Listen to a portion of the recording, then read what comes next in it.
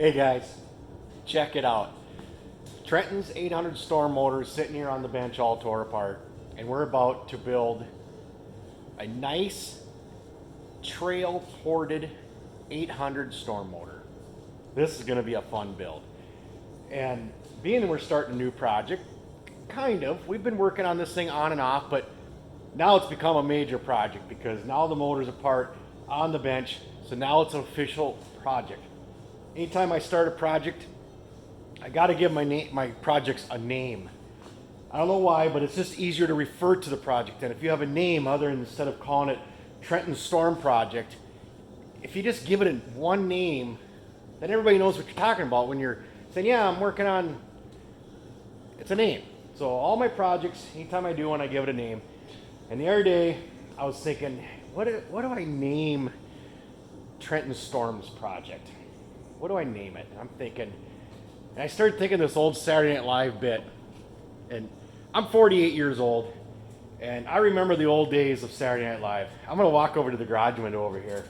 As I'm talking, you gotta see what it's doing outside here. I hope you guys can see this. October 20th, 2020, the year of the most bizarre shit going on of 2020, of everything's bizarre. October 20th. There's about 4.5, pushing 5 inches of snow out there right now. It's 3:30 in the afternoon. It's not done snowing yet. They're saying up to 7. It could happen. I don't know, but it's nuts. October 20th, they have 5 inches of snow out there, and now I decide to start working on snowmobiles. Oh, I have some running ones, but they just don't happen to be at home right now where I could jump on one and go have a little fun in the snow. Nope. All my sleds at home are all in project state. So let's get back to Trenton's project. His 94 Storm 800. You guys have seen it in other videos. This has been a really fun sled. But last year, we had the crank go out in it. And it went out, but he still rode it back. Like part of the thrush bearings on the side of the rod, a piece of it went up through the cylinders and got into the top of the head, smashed the spark plug shut. We put a new spark plug in it. He rode it back about 65 miles, so we didn't have to tow it. And the damage was done. In our mind, the damage is already done, and we didn't do any more damage. Main damage was some little marks in the bottom of the head, top of the piston, so he got a new piston for it. But the main damage was the crank. Pulled the crank out, got a hold of Northern Crankshaft up in Thief River Falls, and Eric and his crew up there, he set Trenton up with a beautiful crankshaft. I mean, they went through it. They did everything to it. I talked to Eric beforehand. I'm like, we're not racing it, but we're going to ride it hard on the trails, build the crank so it's going to last for, 20,000 miles or so, And they went through it. They did everything to it. So if you ever need a crankshaft done, just get a hold of Crankshaft, Northern Crankshaft up in Thief River, and Thief River, Minnesota. Talk to Eric up there, and they'll set you up with it. It's unbelievable. The shipping's cheap there too. If you get it hooked up with speedy delivery, and I think they run Michigan, Wisconsin, Iowa, Minnesota, North Dakota, South Dakota. It's like $18 to ship the crank up there. So don't be afraid to have to ship your crankshaft to Northern Crankshaft to get it done. So that ain't no big deal. So back to the name of this thing. I'm watching a Saturday Night Live bit, and or I remember this old Saturday Night Live bit. I figure I'm going to pull this thing up on YouTube, and it's under SNL Vintage. And it's an old bit about the refrigerator repairman. And I know you guys are laughing right now that are about my age. You remember this bit. And we always called him Norge. Norge's the repairman. But he never did say his name on the bit. He's just from ABC Repair or something, I think is what he said when they opened up the door. He was visiting the Nerd family that day to look at their Norge refrigerator. And as soon as he walks in, he looks at the refrigerator, he says, "Oh, old Norge, don't see many of these babies around anymore." Right here, Norge. Don't see many of these babies around anymore, do you? The other thing he says, as he's putting the appliance dolly around the refrigerator to take it away, he says to the Nerd family, "I'm going to have to take this one back to the shop because these are a hard one to find parts for these days." Hard one to find parts for these days, trust me. First thing we had to do was replace a water pump on this thing. Yeah, that was right away our inkling of these ain't easy to find parts for anymore. I found, I think, the only 2 water pumps on eBay, and I bought them both. We got a spare. It's not for sale. Nope, not for sale. So same with the sled, not for sale. Maybe someday.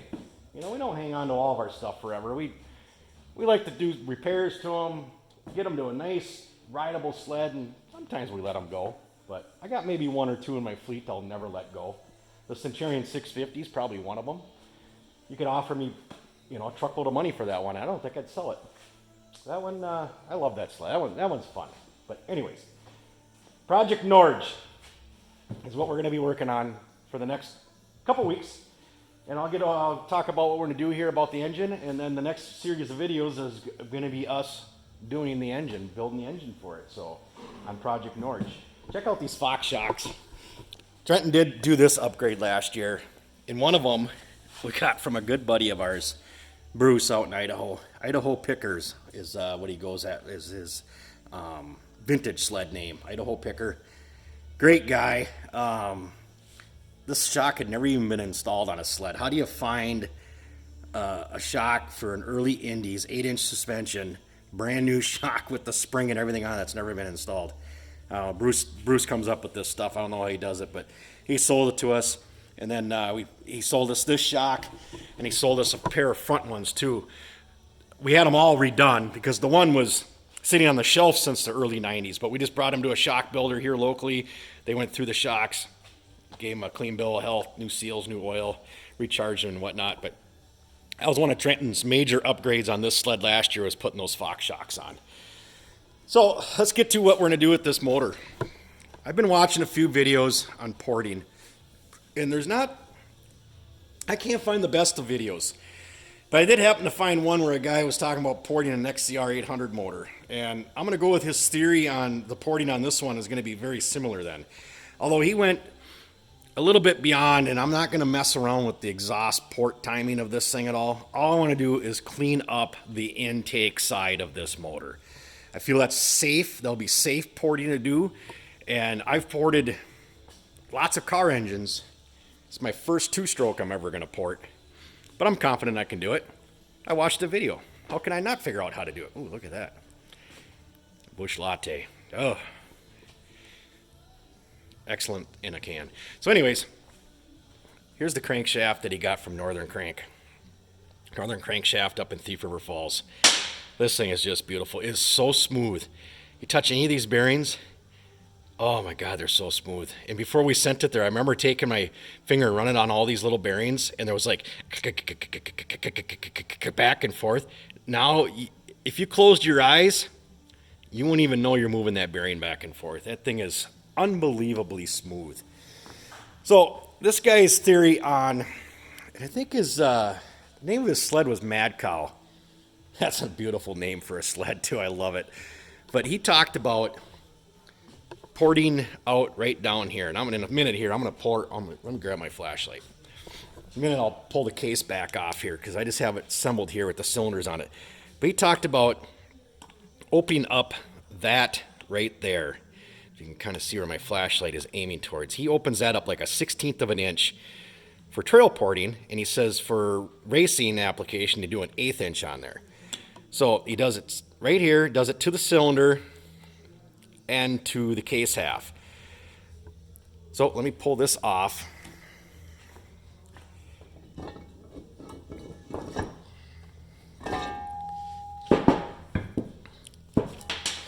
So this is what he's talking about right here. So this is on the intake side. So he puts this in a mill, he said, and he'll take and mill this area larger. But we'll just be using a Dremel tool to clean this up. And then he chamfers the back edge of it nice. Chamfers both sides, but he chamfers the back edge so the fuel and air can flow up into your cylinder. And then he was talking about cleaning up this area right here because there's a lip. There's a lip between the cylinder sleeve and the actual cylinder of the aluminum. There's a lip here. So he talks about cleaning this all up, sharpening this off, kind of getting this to a knife edge, and then between right here, your transfer ports right here, to knife this. Clean that up and knife it. and then take away this ridge down here and do that on both sides. And then back here, where this surface here meets this down here, same thing again back here. There's a big lip back here. So you clean that lip up, just clean that up, and then match this cylinder to the case half then when you're done. Match the two together. So that's what we'll be doing for the porting on this engine to give a little bit more performance and get the air and fuel to flow into the motor a little bit better. And then I'll be polishing the exhaust side of the cylinder in here, the exhaust side of the port down in here. We'll be polishing that all out. And but like I said, I'm not going to be messing around with the port timing at all. We'll just clean that port all up, polish it out so the air and fuel can, or the exhaust gas can flow out the cylinder nice and smoothly. So here's the one new piston that we've gotten. New piston and rings. Like I said, we already got the crankshaft. He has all the gaskets. He even got a new bearing here too, wrist pin bearing and the wrist pin. And he's been cleaning all of his parts up. He's got all of his cylinders cleaned up real nice, and the case halves and stuff. And we are, other than the porting, as soon as I get the porting done, which I'm going to start on tomorrow night, we're ready to start putting this thing together. And look at his motor straps here. Got them all polished up. I said, well, you know, you're never going to see them. He's like, I don't care. It'll be nice and clean, and the oil won't stick to them as bad then. I'm like, all right. Yeah, I got a point.